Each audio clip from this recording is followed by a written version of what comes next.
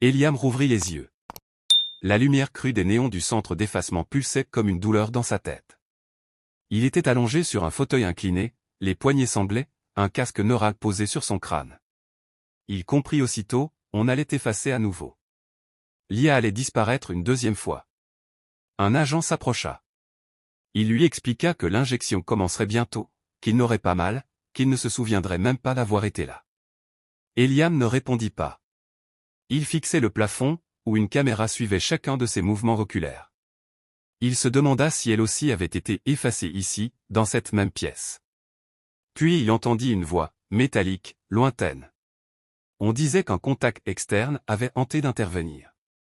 Le superviseur ordonna l'isolement total. On verrouilla la salle.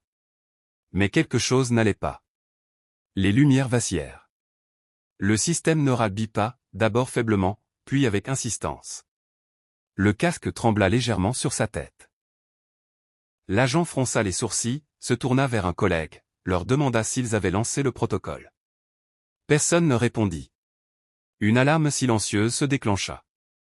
L'écran principal afficha une séquence de code inconnu.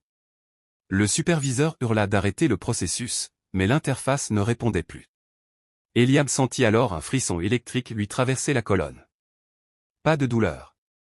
Juste une chaleur étrange, croissante, familière.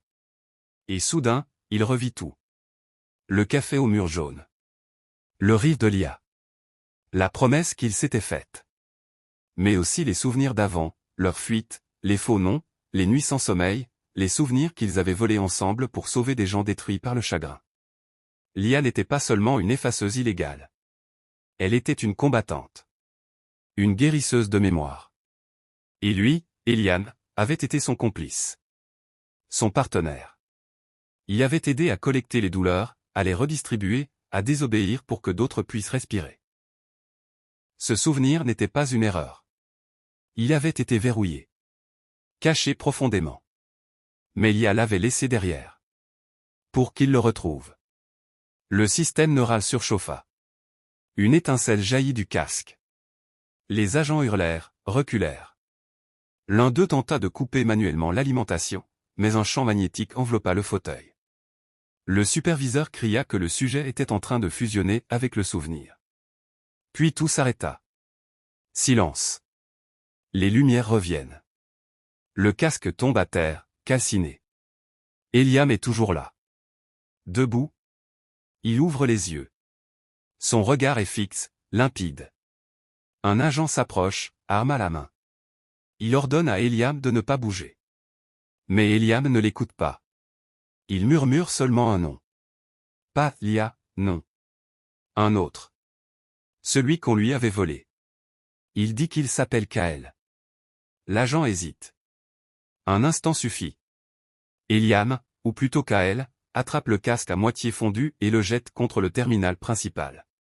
L'explosion est brève mais efficace. Les systèmes tombent les uns après les autres. Le centre est plongé dans le noir. Dans la confusion, il s'échappe. Dehors, la pluie tombe toujours sur Nevria. Mais Kael ne se cache plus. Il remonte les ruelles familières, croise les vendeurs de souvenirs, les voleurs de mémoire, les enfants sans passé. Il sait désormais qui il est. Et il sait ce qu'il doit faire. Dans un appartement abandonné, il retrouve un ancien relais mémoire. Une antenne artisanale capable d'émettre des souvenirs bruts à travers le réseau urbain. Il la répare, lentement, méthodiquement. Lorsqu'elle fonctionne enfin, il insère une capsule unique, contenant tout ce qu'il reste de l'IA, sa voix, ses gestes, son rire, sa lutte. Il lance la transmission. Cette nuit-là, des milliers de gens rêvent d'elle. Certains se réveillent en larmes, d'autres avec le cœur plus léger. Mais tous se souviennent d'une femme en robe rouge, qui disait que la mémoire était un acte d'amour. Pas une marchandise. Au matin, le gouvernement nie toute anomalie. Le centre d'effacement est officiellement fermé pour maintenance. Kael est introuvable. Mais dans chaque quartier, des enfants commencent à se raconter l'histoire d'une rebelle aux cheveux noirs et d'un homme au manteau froissé, qui ont combattu l'oubli.